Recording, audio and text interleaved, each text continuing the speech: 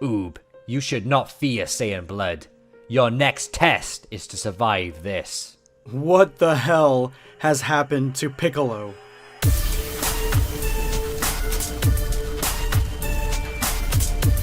Prepare yourself, Dan Saiyan. Smash that like button. If you're new to the channel, make sure you hit that subscribe button and turn on notifications. That way you never miss a video. Since I started my Dragon Ball YouTube journey, I've had a lot of people from the community that have not only helped me out, but inspired me and influenced me to become better and to innovate. And the first ever person that actually gave me a shot and actually came through and supported me when no one else really was talking to me at that point is the Super Saiyan 4 guy. Now, you guys may know him as Saiyan Scholar, or as he has just changed his name to Scholar, but it's the same guy with the same passion for Dragon Ball GT. So it is my honor, years later, to support this incredible Dragon Ball YouTuber the way that he supported me when I was like less than 30,000 subscribers. And I would like to showcase his original Dragon Ball fan manga, guys. He has created his own Dragon Ball fan manga, one that he has not only written but drawn himself, and this one is called Dragon Ball GTR, or Dragon Ball GT Redemption.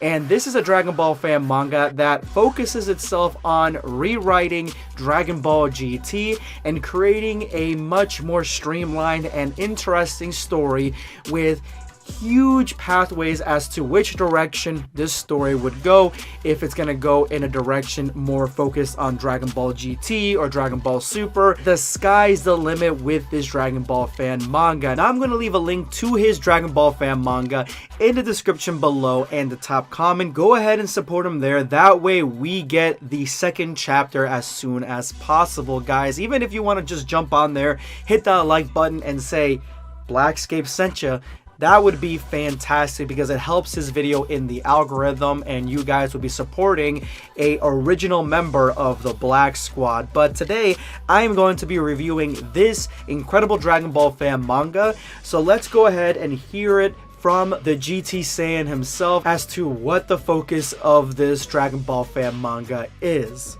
I have been a Dragon Ball fan for over 20 years. The story of Goku and Tien has motivated and inspired me many times through my life. It has always been a dream to create a fan manga based on the original work of Akira Toriyama. As we know, Akira Toriyama had little involvement in GT, which is why I want to continue from where he left us at the end of Z in the manga. The name GTR remains loyal to Toriyama's original naming convention with GT, that related to cars.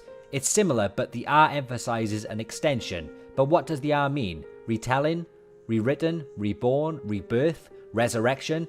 It is actually all of them, but what I found the most fitting was redemption. I love the original Japanese version of Dragon Ball GT, but I believe there were some outstanding concepts that weren't executed to their fullest potential. Redemption was not chosen to improve GT as a whole, it was chosen to improve and explore some concepts and character arcs whilst maintaining a familiar timeline of events. Think of it like the anime versus manga of Dragon Ball Super. This is my first ever fan manga. Decisions and quality are a work in progress, but I aim to improve as I go along. It will take time for stories, characters and arcs to build up. You may prefer the original GT and that's okay. I will do my best, but I really hope you enjoy the exciting story I have for you all. Join me on this grand tour and I'll see you in the next dimension. Now, from the very beginning, we see that it is called Dragon Ball GT Redemption, the Black Star Tournament Saga. That just sounds so sexy because Black Star Dragon Balls were actually one of the cooler aspects of Dragon Ball GT. It's just that they weren't very well implemented and the power scaling and everything in the Black Star Saga was just off in my opinion. But this looks like it's going to be a tournament saga that focuses on three-man teams, and we see here that Pan, Goku, and Trunks are all going to be in Team before, but this is just foreshadowing to exactly where this Dragon Ball fan manga is going to go. And that is going to be 16 years after the events of Dragon Ball Z. So Goku has gone through a lot of progression throughout that time, along with his friends and family. But right now we are starting the story 6 years ago. So technically 10 years after Dragon Ball Z, when Goku began training the reincarnation of Buu on Earth, the future protector of the planet, trying to break Oob's own limits, including Goku's own limits as well. But Oob isn't Goku's only apprentice, as everyone who has watched or read any Dragon Ball fan manga story that has to take place in the Dragon Ball GT time, like the future of Dragon Ball, you know that Pan is the runner-up to be an apprentice for Goku, and that's exactly what's happening here. And Pan is waiting patiently, waiting for Goku and Oob to come out of the hyperbolic time chamber, but Pan is running out of time and she needs to go home if this takes a little bit too long. But she does tell Dende that today is the best day ever because Goku is supposed to train her and teach her how to become a Super Saiyan. So this is in Dragon Ball Multiverse Pan, where she's already a Super Saiyan. No, she has not gotten to that point yet, but maybe when the Black Star tournament begins, she will already become a Super Saiyan. And when Goku finally emerges, we get the surprise revelation that Goku is Super Saiyan 3 next to Oob. Now, Pan has never seen Super Saiyan 3 before, so she has no idea what to make of this transformation. And Oob explains that Goku has been in this form non-stop for 6 months. He is trying to become part and one with this form, and now it is mastered Super Saiyan 3. All the defects that we saw from Super Saiyan 3 in Dragon Ball Z, yeah, they are all gone. But this surprised me. This is not the most powerful warrior on the planet. Super Saiyan 3 Goku is strong, but Oob is far stronger, and he barely has a scratch on him, and he has spent the entire time in the hyperbolic time chamber really holding back against Super Saiyan 3 Goku out of respect, but he is well beyond Goku at this point.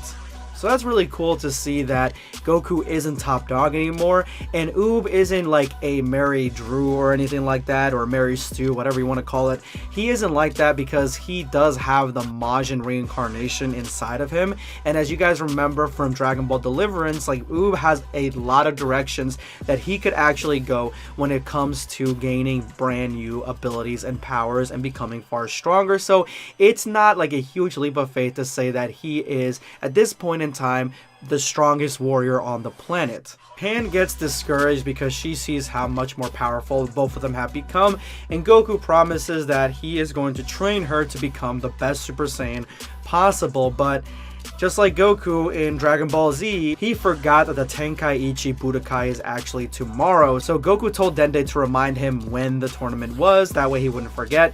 So it looks like he actually ended up forgetting to train Pan instead of forgetting the tournament.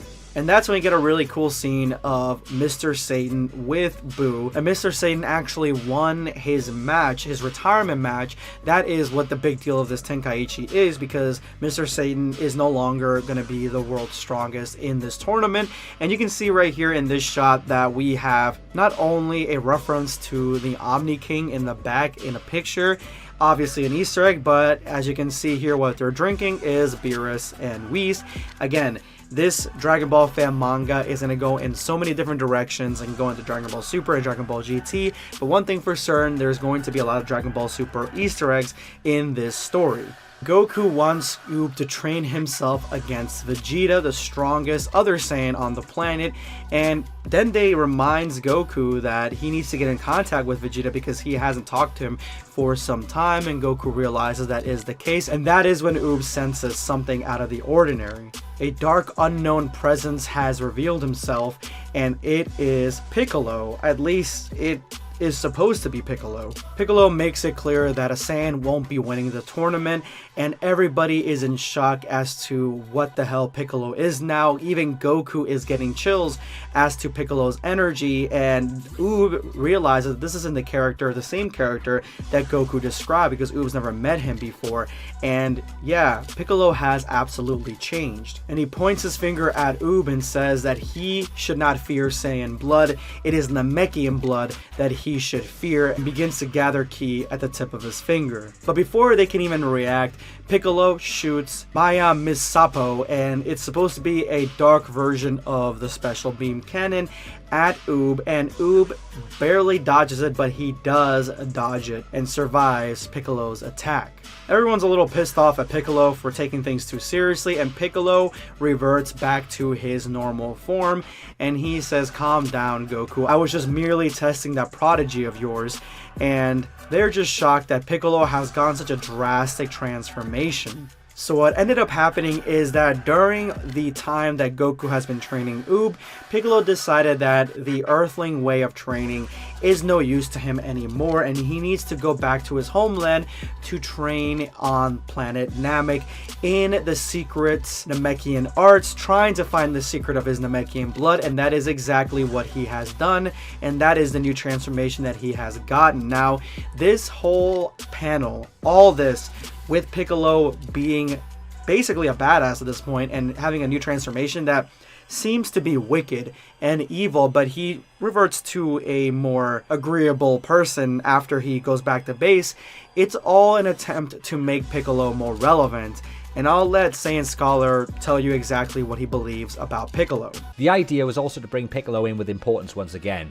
For too long, Piccolo has been kicked down into the dirt. I wanted to bring back the presence that he once had when he merged with Kami back in Z, but also with a twist, which I can't spoil just yet. I feel Piccolo's presence in this chapter really helped create some kind of an antagonist in a slightly different way, but also it helps the GTR fan manga hit the ground running with something interesting straight away. So even though everything has calmed down, Oob threatens Piccolo and says that because of that, he is going to go all out during the tournament against Piccolo, and Piccolo is ready for the challenge, and he actually is excited to see if Gohan is going to join the tournament as well, which seems to be the case, and Gohan has not only gotten stronger, but Goten has gotten stronger as well, which is a nice change of pace, seeing as how Goten always is an afterthought. If you guys see my Dragon Ball Multiverse review of the recent chapter, yeah, Goten has always been an afterthought in Dragon Ball. I'm glad that he's a little bit more powerful in this. But before the chapter ends, Goku starts feeling a little bit weird and spits up some blood,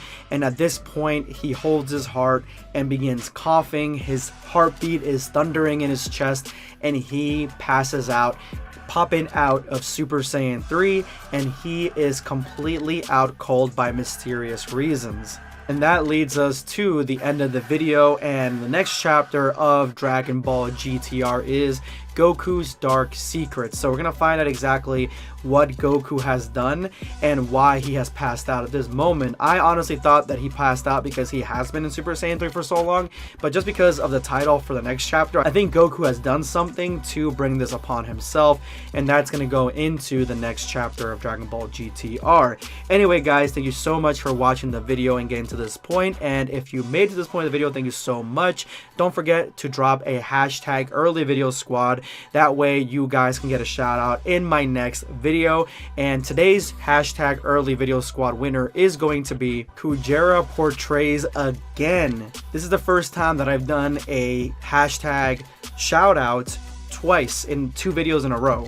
Blackscape's mine. Beerus, get out of your butt and be a god. For one, I pray to Supreme Kami Dende, and thank you for having me, sir. I have been in your channel for years. You and Mondo were the first DBZ YouTubers I've watched. Now I've cleared my bucket list. So I'm thinking he's talking about me saying that Beerus needs to get out of his ass and start doing some shit. Yeah, he does, absolutely. And thank you so much. Mondo is a fantastic friend, and I'm so glad that you are watching him and watching me, obviously. But thank you so much, and yeah, I pinned your comment also because I just loved it. Thank you so much for watching me and being a fan. This is going to be Blackscape signing off.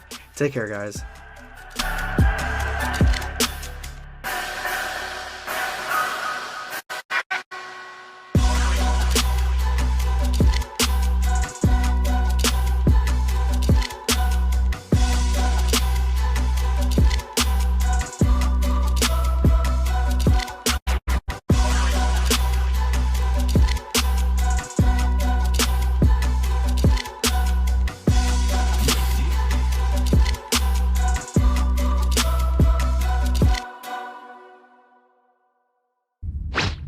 Subscribe for more content.